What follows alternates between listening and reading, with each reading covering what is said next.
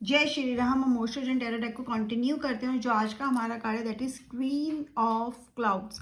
नाम है मोरालिटी। इसके कंपैरिजन में जो राइडर हुई टैरो कार्ड है that is queen of sports. अगर हम क्वीन ऑफ स्पोर्ट्स कार्ड को देखें तो this card is like that's person who is very practical, ठीक है, जिसको पता है सही या गलत क्या है और वो सही का साथ देने में नहीं डरती। फर्स्ट ऑफ ऑल सही बोलने में, सच बोलने में, इस वजह से कभी कभी इस पर्सनैलिटी को लोग कंसिडर कर लेते थोड़ा सा रूड। बट दिस पर्सन, ठीक है, ये कार्ड क्या शो करता है, डोमिनेटिंग नेचर बहुत शो करता है। शी इज़ वेरी इंटेलिजेंट, ठीक है, she is very intelligent but she is dominating. ये किसी की सुनना नहीं है, अपने मन की करनी है। बट सबसे बड़ी बात यह है कि सही गलत का फ़र्क अपने ही तरफ से जो सही लगा ये पर्सन वही करेगा, उसको लगता है वही सही है वही करेगा। और मोस्ट ऑफ द टाइम ये पर्सन कहीं ना कहीं सही को सपोर्ट भी करता है। बट दिस कार्ड अगर हम नेगेटिव देखें तो बहुत ज़्यादा डोमिनेटिंग एस्पेक्ट दिखाता है। अपनी चलाना, अपनी बात करना, ठीक है, दूसरों की सुनना बट करना वही जो अपने मन में आए। And we see that single bird here which also shows that this person is not very much interested in the relationship, right. Now coming back to that Osho Zen tarot card, this card is little different, ठीक है। तो the message is almost similar but still different. इस card को आप देखोगे तो ये card भी क्वीन ऑफ क्लाउड्स का है, ठीक है, जिस तरह से वो क्वीन ऑफ स्पोर्ट्स का। बट वहां पे हमें अगर हम ये कार्ड देखते तो we could see the grace of a queen, ठीक है। वो थ्रोन दिखता है, वो ये क्राउन दिखता है, तो क्वीन की अथॉरिटी दिखती है, क्वीन का ग्रेस दिखता है। But when is coming to this करना we don't see that. Even queen जैसा कुछ भी नहीं है, ग्रेसफुलनेस नहीं है।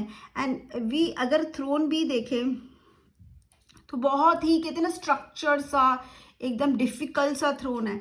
अगर आप कार्ड को देखोगे तो फेस कंप्लीट नहीं है, आईज मिसिंग है, सिर्फ हमारे पास lips and nose and cheek है, ठीक है। And that is also shows that very experience person हो सकता है, ओल्ड जो हमें दिखाया गया है। एंड अगर आप यहाँ देखो ये ब्लैक लाइन है, आईज की जगह पर क्या है, फोरहेड और आईज की जगह पर black line which shows symbolic. क्या मतलब है इसका कि आप कुछ देख नहीं रहे हो, क्लाउड्स की जगह माइंड और हेड की जगह क्लाउड्स है, मतलब सोच बहुत रहे हो, देख नहीं रहे हो जो बोला गया। ये रिस्ट्रिक्ट किया हुआ है क्लाउड ने, आप देख रहे हो एक क्लाउड ऐसे ऐसे ऐसे है क्या, ऐसे तो रिस्ट्रिक्ट किया हुआ है पूरे माउंट को। मतलब जो भी थॉट्स आपके दिए गए हैं, जो भी आपने लिया है, आप वहां पे रिस्ट्रिक्ट हो गए हो, उतना ही सोच रहे हो, आप कुछ देख नहीं रहे हो, मतलब अपना दिमाग नहीं चला रहे हो।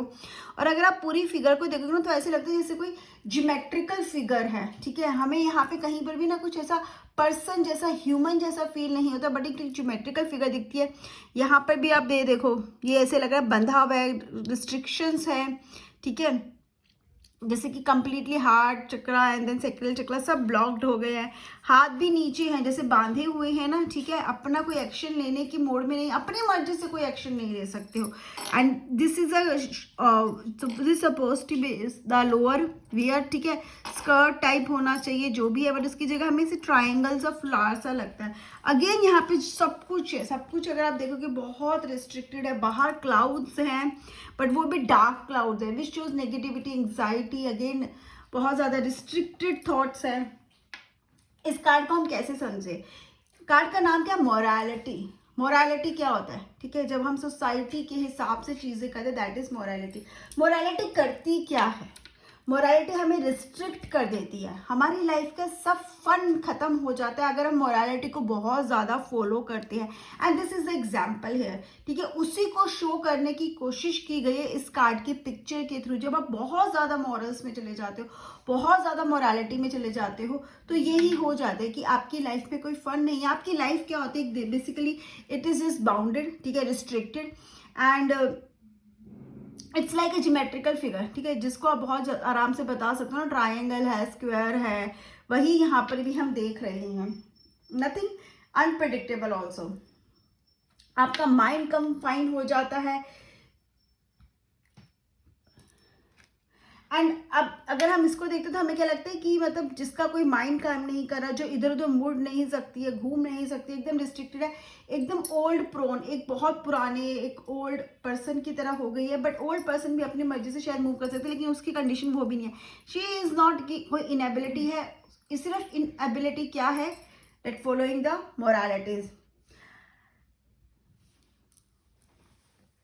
एंड इसका प्रॉब्लम क्या है, सबसे बड़ा मोरालिटी का प्रॉब्लम क्या होता है, हम हर चीज को ब्लैक एंड व्हाइट में देखते हैं। ठीक है, इस फिगर को भी हम ऐसे ही देख रहे हैं ना कि हर चीज ब्लैक एंड व्हाइट में अगर देखो तो black and white, black and white. Colour सिर्फ यहाँ पर है, वो भी रिस्ट्रिक्टेड है, जो ये हार्ट चक्र के पास है रिस्ट्रिक्टेड है, बहुत ज्यादा restricted. Everything is black and white. Black and white का मतलब क्या है कि या तो सही या गलत। इवन जो ज्वेल भी इसने पहना है वो भी ब्लैक एंड व्हाइट में, अगेन वही चीज आती है, तो सही या गलत, बीच में कुछ है ही नहीं, ग्रे कुछ है ही नहीं, सब black and white, black and white है। ये जो क्वीन ऑफ क्लाउड्स है ना, इसके माइंड में हमेशा एक ही बात चल रही है कि अपने रिजिड आइडियाज की, बहुत ज्यादा रिस्ट्रिक्टेड, बहुत ज्यादा रिजिड, बहुत ज्यादा इनफ्लेक्सिबल, ये चीज ऐसे करनी है तो ऐसे करनी ही है।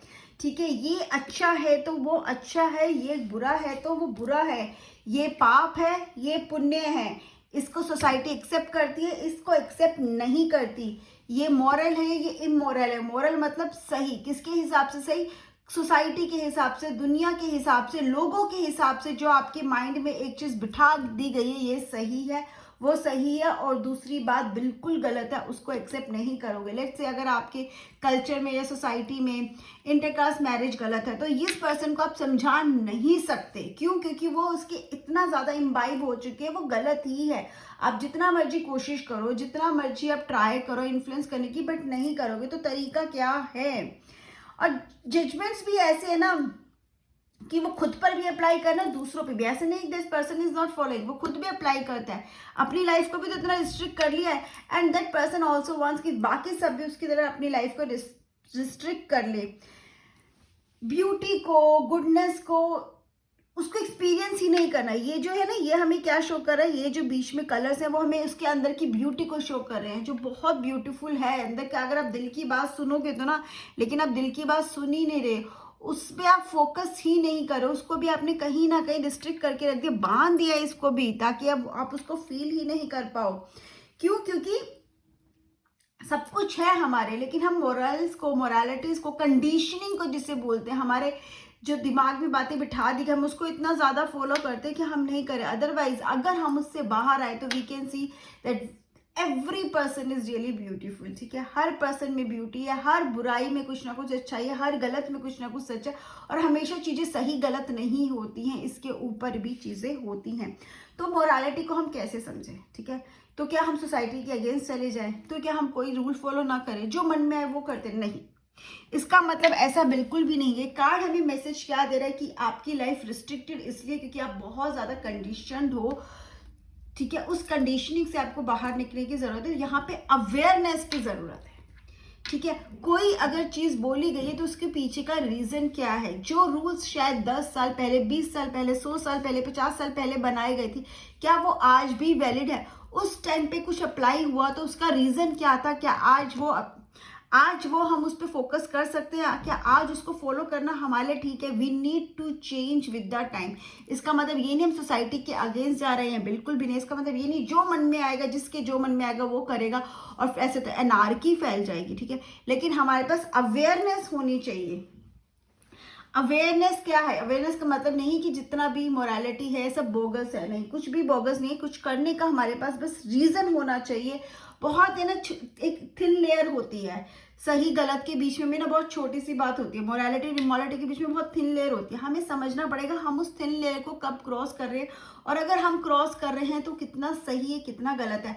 कहीं ऐसा ना हो जाए हम इतना रिस्ट्रिक्ट कर दे कि हम सांस भी ना ले पाए, अपनी इस रिस्ट्रिक्शन की वजह से हम अकेले रह जाए, बाकी सब हमसे हमें छोड़कर चले जाओ। और यही रीजन होगा कि शायद हम आगे बढ़ ही नहीं पाएंगे। क्यों? क्योंकि हम रिस्ट्रिक्टेड हैं, और हम दूसरों को भी नहीं बढ़ना देना चाह रहे, क्योंकि हम उनको भी रिस्ट्रिक्ट करेंगे। या तो वो भी हमारी तरह रिस्ट्रिक्ट होकर रह जाएंगे, फंस कर रह जाएंगे, या फिर वो हमें छोड़ के चले जाएंगे। थर्ड ऑप्शन तो बचता ही नहीं है। तो इसका एक ही तरीका है, दैट यू गेट अवेयर। चीजों में समझने की जरूरत है, हर जगह स्ट्रिक्ट होने की, हर जगह इनफ्लेक्सिबल होने की, रिजिड होने की जरूरत नहीं है। अगर आपको लग रहा है कि हाँ, लेट्स से हम अगेन इंटरकास्ट मैरिज पे आ जाते हैं, अगर आपको पता है कि सामने वाले का फैमिली सही है, क्यों बना था ये रूल, पहले उसको पता करो। ठीक है, कोई ना कोई बहुत बड़ा रीजन रहा होगा जो ये चीजें आई थी, या फिर सिर्फ इसलिए एक डिफरेंसेस क्रिएट करने के लिए। क्या उसकी जरूरत है? हो सकता है जिससे आप सोच रहे हो कि वो आपके लायक नहीं, हो सकता है वो आपसे भी बेटर हो। ठीक है, तो कास्ट में ना जाके हमें पर्सन को समझने की ज़रूरत है कि वो पर्सन हमारे लिए सही है या ना सही। लड़कियों को देर से बाहर नहीं रहना चाहिए, तो फिर वो जॉब्स कैसे करेंगी? तो ये तब बनाया गया था जब शायद अनसेफ्टी थी, इतना सेफ एटमॉस्फेयर नहीं था, कोई ना कोई इश्यूज फेस किए होंगे, लेकिन आजकल ऐसा नहीं है। तो हमें सिर्फ सिचुएशन के हिसाब से रिएक्ट करने की ज़रूरत नहीं है, रिजिड होने की ज़रूरत नहीं है। अवेयर खुद भी होना है, अवेयरनेस को स्प्रेड भी करना है। और ये बहुत बहुत आसान है करना, और इन छोटी छोटी चीज़ों से करके हम अपनी लाइफ को बहुत ब्यूटीफुल बना सकते हैं।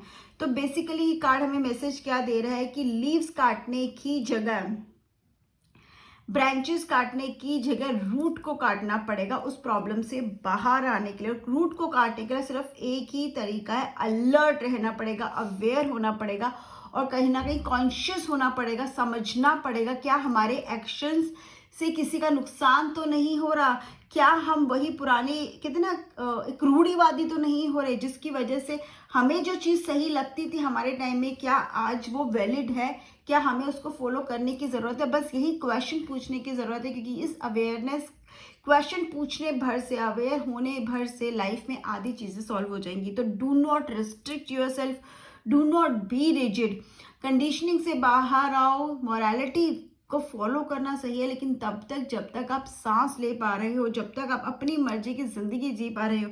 अगर ऐसे रिस्ट्रिक्टेड, अगर आपको भी ऐसा रिस्ट्रिक्टेड फील हो रहा है, कहीं ना कहीं कुछ ना कुछ तो है जो आपको बांध के रख रहा है, you need to come out of the chains.